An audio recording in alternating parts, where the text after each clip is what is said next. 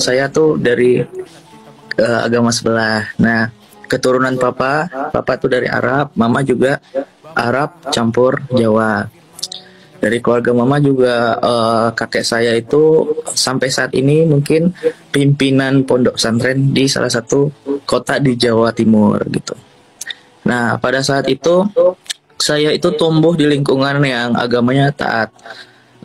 Mau dari agama keluarga lingkungan papa maupun mama dan lingkungan di rumah saya sendiri gitu. Saya itu berdiri di antara dua negara, yaitu negara Israel dan negara Palestina, dan di belakangnya itu ada sesosok tinggi yang rambutnya agak panjang tapi terang gitu. Saya kurang clear buat ngelihat mukanya gitu. Seiring berjalannya waktu, Mas sempat di pesantren. Saya sempat di pesantren, terus kalau saya itu main lari-larian, terus saya berhenti di suatu bangunan tua, kayak gereja tua. Tapi saya ingin membuka pintunya, itu nggak bisa, kekunci gitu. Kekunci, terus saya membuka pintunya. Nah, akhirnya saya mempelajari agama saya lebih dalam lagi. Sampai waktu SMA itu saya menjadi salah satu ketua remaja masjid, terus ketua organisasi-organisasi keagamaan, terus bikin acara-acara kayak ceramah, sampai saya iktikaf 3 hari di masjid hanya buat mempelajari Al-Quran dan hadis waktu situ.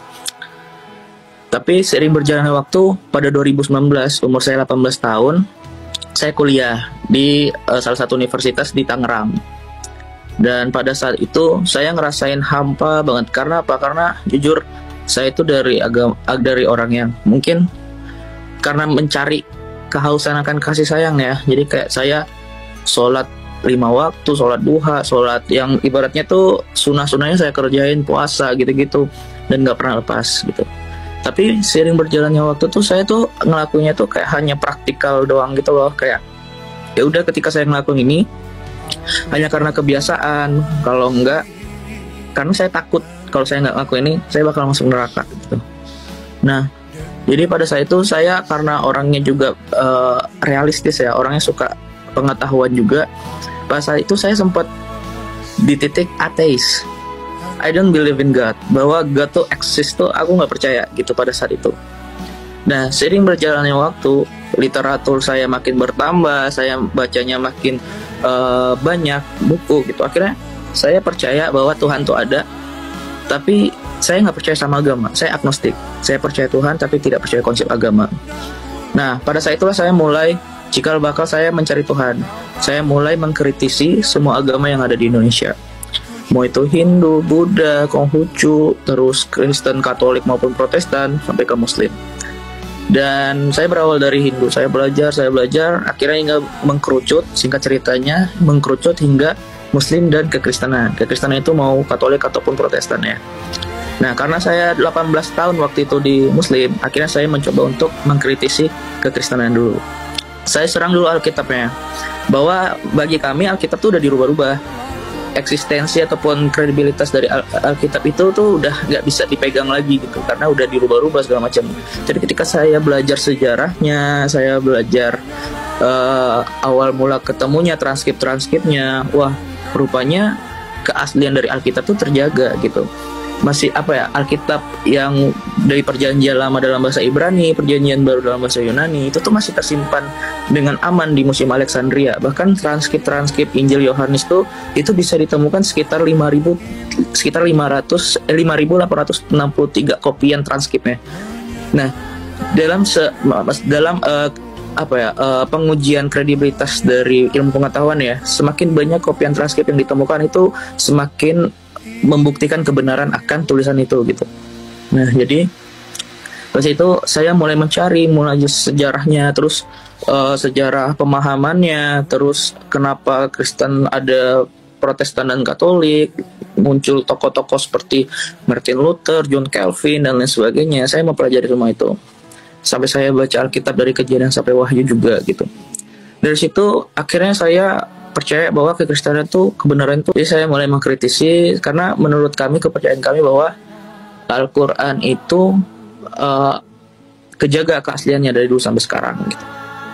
Nah, tapi pada saat itu ketika saya mempelajari sejarahnya, mempelajari penulisannya, bahwa kebenarannya itu tidak seperti itu gitu. Karena pada saat penulisannya itu juga udah ada campur tangan politiknya gitu. Jadi saya membaca di buku karyanya Abu Daud, ulama besar dari Muslim, itu menyatakan bahwa penulisan Al-Quran itu pertama kali dilakukan pada zaman khilafahnya Abu Bakar sampai ke Ali. Nah, terus pada saat itu, pada saat penulisannya, sebelum penulisan pada saat khilafahnya Abu Bakar, itu banyak penghafal Al-Quran yang mati di perang Yamamah sama perang Badar. Otomatis pada saat penulisannya banyak beberapa bagian-bagian tertentu Al-Quran yang tidak tertuliskan gitu. Nah, pada saat penyebarannya juga pada zamannya Ali, khilafahnya Ali, bahwa ada 3 versi Al-Quran yang berbeda. Ada versinya khilafah yaitu Ali, yaitu 114 surah. Ada versinya Abdullah bin Mas'ud, itu kalau nggak salah saya 111 surah. Ada versinya Ubay bin Abbas, itu 116 surah. Nah, sampai saat ini juga di bagian Afrika sana itu memakai yang versinya Ubay bin Abbas 116 surah. Sedangkan kita yang Asia itu pakai yang 114 surah. Nah, di dalam Al-Quran itu sendiri juga nggak ada nyebutin bahwa firman Tuhan itu mengatakan bahwa Al-Quran itu 114 surat. Jadi yang mana nih kredibel, yang mana nih yang benar gitu kan. Terus sering berjalannya waktu saya mempelajari tentang sejarahnya Muhammad, sejarahnya penyebaran Muslim seperti apa dan bagaimana. Di situ saya mulai ragu. Saya nggak nunggu aja, tapi saya udah berusaha. Setidaknya Tuhan hargai perjuangan saya mencari gitu. Saya pengen tahu Tuhan yang benar tuh yang mana gitu. Kamu udah di jalan yang benar. Terus dia ngusap pipi saya kayak gini, dan saya ngelihat di tangan dia tuh ada lubang. Dan di situ saya tahu dia tuh Tuhan Yesus gitu.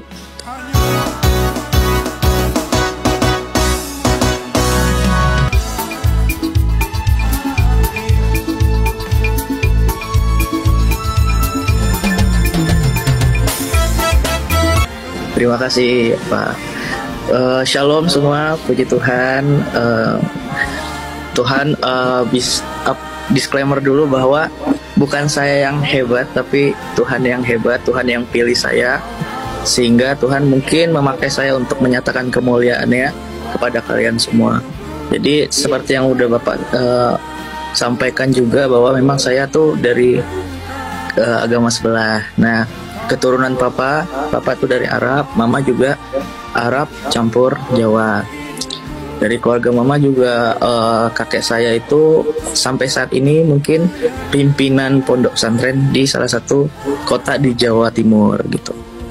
Nah, pada saat itu saya itu tumbuh di lingkungan yang agamanya taat, mau dari agama keluarga, lingkungan papa maupun mama, dan lingkungan di rumah saya sendiri gitu. Nah, waktu SD saya itu pernah bermimpi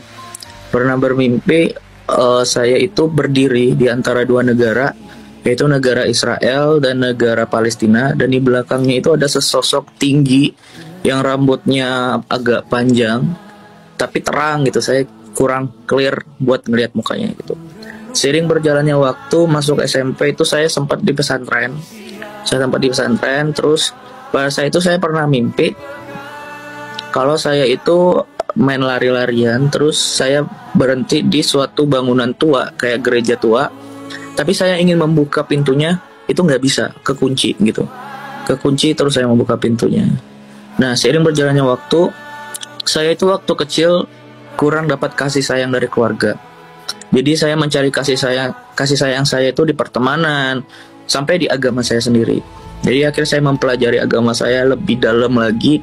Sampai waktu SMA itu saya menjadi salah satu ketua remaja masjid, terus ketua organisasi keagamaan, terus bikin acara-acara kayak ceramah, sampai saya iktikaf 3 hari di masjid hanya buat mempelajari Al-Quran dan hadis waktu situ. Tapi seiring berjalannya waktu, pada 2019 umur saya 18 tahun, saya kuliah di salah satu universitas di Tangerang. Dan pada saat itu saya ngerasain hampa banget. Karena apa? Karena jujur saya itu dari orang yang mungkin karena mencari kehausan akan kasih sayang ya. Jadi kayak saya sholat 5 waktu, sholat duha, sholat yang ibaratnya tuh sunnah-sunnahnya saya kerjain, puasa gitu-gitu, dan gak pernah lepas gitu. Tapi seiring berjalannya waktu tuh saya tuh ngelakuinnya tuh kayak hanya praktikal doang gitu loh. Kayak ya udah, ketika saya ngelakuin ini, hanya karena kebiasaan. Kalau enggak, karena saya takut kalau saya nggak ngaku ini, saya bakal masuk neraka gitu. Nah, jadi pada saat itu saya karena orangnya juga realistis ya, orangnya suka pengetahuan juga. Pada saat itu saya sempat di titik ateis. I don't believe in God, bahwa God tuh exist tuh aku nggak percaya gitu pada saat itu. Nah, seiring berjalannya waktu, literatur saya makin bertambah, saya bacanya makin banyak buku gitu. Akhirnya saya percaya bahwa Tuhan tuh ada, tapi saya nggak percaya sama agama. Saya agnostik. Saya percaya Tuhan, tapi tidak percaya konsep agama. Nah, pada saat itulah saya mulai cikal bakal saya mencari Tuhan. Saya mulai mengkritisi semua agama yang ada di Indonesia. Mau itu Hindu, Buddha, Konghucu, terus Kristen, Katolik maupun Protestan, sampai ke Muslim. Dan saya berawal dari Hindu. Saya belajar, akhirnya hingga mengkerucut, singkat ceritanya, mengkerucut hingga Muslim dan kekristenan. Kekristenan itu mau Katolik ataupun Protestan ya. Nah, karena saya 18 tahun waktu itu di Muslim, akhirnya saya mencoba untuk mengkritisi kekristenan dulu. Saya serang dulu Alkitabnya, bahwa bagi kami Alkitab itu udah dirubah-rubah. Eksistensi ataupun kredibilitas dari Alkitab itu tuh udah nggak bisa dipegang lagi gitu, karena udah dirubah-rubah segala macam. Jadi ketika saya belajar sejarahnya, saya belajar awal mula ketemunya transkripnya, wah rupanya keaslian dari Alkitab tuh terjaga gitu. Masih Alkitab yang dari perjanjian lama dalam bahasa Ibrani, perjanjian baru dalam bahasa Yunani, itu tuh masih tersimpan dengan aman di Museum Alexandria. Bahkan transkrip Injil Yohanes tuh itu bisa ditemukan sekitar 5.863 kopian transkripnya. Nah, dalam pengujian kredibilitas dari ilmu pengetahuan ya, semakin banyak kopian transkrip yang ditemukan itu semakin membuktikan kebenaran akan tulisan itu gitu. Nah, jadi pas itu saya mulai mencari sejarahnya, terus sejarah pemahamannya, terus kenapa Kristen ada Protestan dan Katolik, muncul tokoh-tokoh seperti Martin Luther, John Calvin dan lain sebagainya. Saya mempelajari semua itu. Sampai saya baca Alkitab dari Kejadian sampai Wahyu juga gitu. Dari situ akhirnya saya percaya bahwa kekristenan itu kebenaran itu 80%, 80 sampai 60 sampai 86% waktu itu. Nah, pada saat itu akhirnya saya mengkritisi agama saya sendiri itu, Muslim. Saya berawal dari Al-Quran, karena semua ajaran agama itu berawal dari kitab sucinya. Jadi saya mulai mengkritisi, karena menurut kami, kepercayaan kami bahwa Al-Quran itu kejaga keasliannya dari dulu sampai sekarang gitu. Nah, tapi pada saat itu ketika saya mempelajari sejarahnya, mempelajari penulisannya, bahwa kebenarannya itu tidak seperti itu gitu. Karena pada saat penulisannya itu juga udah ada campur tangan politiknya gitu. Jadi saya membaca di buku karyanya Abu Daud, ulama besar dari Muslim, itu menyatakan bahwa penulisan Al-Quran itu pertama kali dilakukan pada zaman khilafahnya Abu Bakar sampai ke Ali. Nah, terus pada saat penulisannya, sebelum penulisan pada saat khilafahnya Abu Bakar, itu banyak penghafal Al-Quran yang mati di perang Yamamah sama perang Badar. Otomatis pada saat penulisannya banyak beberapa bagian-bagian tertentu Al-Quran yang tidak tertuliskan gitu. Nah, pada saat penyebarannya juga pada zamannya Ali, khilafahnya Ali, bahwa ada 3 versi Al-Quran yang berbeda. Ada versinya khilafah yaitu Ali, yaitu 114 surah. Ada versinya Abdullah bin Mas'ud, itu kalau nggak salah saya 111 surah. Ada versinya Ubay bin Abbas, itu 116 surah. Nah, sampai saat ini juga di bagian Afrika sana itu memakai versinya Ubay bin Abbas 116 surah. Sedangkan kita yang Asia itu pakai yang 114 surah. Nah, di dalam Al-Quran itu sendiri juga nggak ada nyebutin bahwa firman Tuhan itu mengatakan bahwa Al-Quran itu 114 surah. Jadi yang mana nih kredibel, yang mana nih yang benar gitu kan. Terus sering berjalannya waktu saya mempelajari tentang sejarahnya Muhammad, sejarahnya penyebaran Muslim seperti apa dan bagaimana. Di situ saya mulai ragu gitu. Akhirnya saya percaya Muslim itu sekitar 50-60%. Nah, karena saya mentok mencari Tuhan melalui logika saya, melalui pemahaman saya, akhirnya saya mencoba mencari Tuhan melalui melalui perasaan saya, melalui rasa saya gitu. Saya coba sholat lagi, saya coba sholat 5 waktu, duha, sunnah, puasa gitu-gitu, sampai akhirnya saya pertama kali mencoba ke gereja 2019. Itu umur saya 18 tahun. Itu pertama kali saya mencoba buat ke gereja. Gimana ya, saya hidup di lingkungan yang muslim, yang nggak pernah dengar yang nggak pernah masuk gereja, yang nggak pernah dengar penyembahan gitu-gitu. Waktu saat saya masuk, saya merasa asing, merasa terintimidasi gitu loh, kayak aduh, apa saya dicek ya nanti KTP-nya, apa saya diusir ya gini-gini. Tapi ya udah, karena nggak tahu ya, kayak ada dorongan saya harus masuk nih, saya harus masuk gitu. Kira waktu saat pertama kali ikut ibadah, saya tuh ngerasain sesuatu, tapi saya menolak buat ngerasain, karena saya masih takut gitu. Takutnya dalam artian, oh nanti kalau saya udah murtad, saya nggak bisa dimaafin lagi gitu. Kalau di ajaran muslim kan kayak gitu. Terus akhirnya minggu selanjutnya saya mencoba ke gereja lagi sama teman saya. Dan waktu itu saya kan nggak tahu ya, seumur hidup saya selama 18 tahun saya tuh nggak pernah denger yang namanya lagu penyembahan, lagu praise and worship, itu nggak pernah saya dengar sama sekali gitu. Tapi saya ingat banget waktu itu liriknya, I want to see Jesus face to face. Di situ tuh perasaan saya benar-benar hambar banget ya, benar-benar kayak hambar banget, biasa aja gitu. Tapi air mata saya tuh penuh, berlinang air mata, muka saya tuh penuh. Tapi saya nggak ngerasa saya nangis, saya nggak sadar saya nangis gitu. Kalau misalnya kita nangis itu kan biasanya perasaan kita kalau nggak seneng, sedih gitu ya. Tapi ini tuh benar-benar hambar, kayak ya udah kayak biasa aja, nggak ngerasain apa-apa. Tapi saya nangis, pecah banget nangisnya. Teman saya yang beritahu, ih kamu nangis gitu. Akhirnya kayak saya kesadar kan, kayak kok saya nangis ya gitu. Karena minggu selanjutnya hampir sebulan saya tuh ke gereja terus, dan akhirnya saya nangis. Saya nggak tahu apa yang saya nangisin. Even saya nggak tahu lagu penyembahan tuh apa, saya nggak hafal gitu. Terus di situ saya udah mulai heran nih, loh saya kan muslim ya, kenapa saya hampir sebulan ini ke gereja terus gitu. Kayak bener-bener kayak lupa gitu loh, kayak bener-bener ada yang ngedorong buat saya tuh pergi setiap minggunya, dan selalu excited, kayak haus banget gitu buat pergi gitu. Sampai di titik saya nantang Tuhan waktu itu. Saya ingat banget Oktober 8 atau 9 Oktober 2019.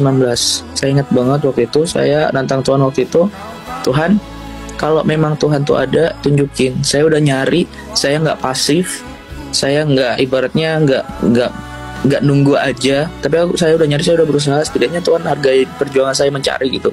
Saya pengen tahu Tuhan yang benar tuh yang mana gitu. Karena saya waktu itu tidur. Nah pada saat saya tidur, saya mengalami perjumpaan sama Tuhan Yesus. Saya bangun di gua yang sangat gelap banget, dan badan saya itu penuh dengan binatang kelabang. Nah pada saat itu saya lari, terus ada yang memanggil nama saya. Saya kejar kan orang yang manggil nama saya itu. Terus tapi kok nama itu makin saya kejar makin ngejauh, makin ngilang gitu. Akhirnya saya udah kehabisan nafas, saya jatuh. Kelabang udah naik setengah tubuh saya tuh. Itu saya ngerasain gimana rasanya digigit kelabang tuh real banget. Saya nangis, saya udah pasrah, oh saya bakal mati nih, saya bakal mati. Kelabang udah mau naik hampir ke leher saya, setengah sampai di sini di leher saya. Terus saya nggak tahu kenapa saya ngomong kayak gini. Saya bilang pelan tapi samar, saya bilang Tuhan Yesus tolong gitu. Tiba-tiba ada cahaya yang terang banget, semua kelabang lari, dan rasa sakit yang saya rasakan dari gigitan kelabang itu hilang. Rasa rapuh, rasa kesendirian, rasa kesedihan, semua tuh kayak ada yang menyelimutinya gitu loh. Kayak saya tuh susah mendeskripsikan apa yang saya rasakan kemarin. Cuman kayak itu yang selama seumur hidup saya cari, itu yang saya cari itu. Kehangatan, rasa sayang, kasih, cinta, damai, semua itu mencampur menjadi satu yang kayak wow, aku gak mau lepas nih dari rasa ini gitu. Nah terus keluar sesosok cahaya yang terang banget. Dia dudukin saya, dia meluk saya, dan itu kayak pelukan yang sangat-sangat membuat saya kayak aku nggak bisa jelasin perasaannya seperti apa gitu. Terus saya nangis di situ, nangis aja, nggak tahu mau ngapain nangis. Terus dia bilang kamu udah di jalan yang benar. Terus dia ngusap pipi saya kayak gini, dan saya ngelihat di tangan dia tuh ada lubang, dan di situ saya tahu dia tuh Tuhan Yesus gitu. Akhirnya pas saya bangun, saya dalam keadaan saya duduk dan lagi nangis. Itu jam 5 subuh, saya ingat banget. Dan akhirnya jam 11 saya memutuskan untuk dibaptis nerima Tuhan. Saya memutuskan untuk dibaptis nerima Tuhan. Dan puji Tuhannya 2 hari selanjutnya saya dapat karunia bahasa roh, dibaptis pembaptisan Roh Kudus juga. Dan dari hal itu Tuhan benar-benar pakai aku luar biasa banget, karena aku percaya bahwa bukan aku yang milih Tuhan, tapi Tuhan yang milih aku. Ketika Tuhan memilih aku, maka Tuhan punya rencana-rancangan besar dalam hidup aku gitu. Nah, and then waktu Desember aku pulang, aku waktu itu ada acara keluarga. Aku dudukin semua keluargaku. Nah, for your information, ketika aku kumpul keluarga, pasti aku yang disuruh imam. Karena keluarga besarku tuh suka banget mendengarkan aku ngelantunin ayat, terus suka dengan doa-doa aku. Jadi mereka selalu nyuruh aku imam. Nah, pada saat itu mereka nyuruh aku imam. Nah, terus akhirnya aku dudukin mereka semua. Dan di situ ada semua keluarga besar aku, ada om aku, ada kakek aku, ini aku semuanya. Terus aku bilang sama mereka, mami, papi, semuanya, aku sekarang mau beritahu bahwa aku sekarang udah nerima Tuhan Yesus sebagai Tuhan dan Juru Selamat. Aku nggak bilang aku pindah ke Kristen, aku nggak bilang aku pindah ke Katolik, aku cuma bilang aku nerima Tuhan Yesus sebagai Tuhan dan Juru Selamat. Di situ aku langsung ditonjok, aku langsung dikurung. Jadi Natal pertama aku dikurung. Terus aku heboh lah di situ, heboh.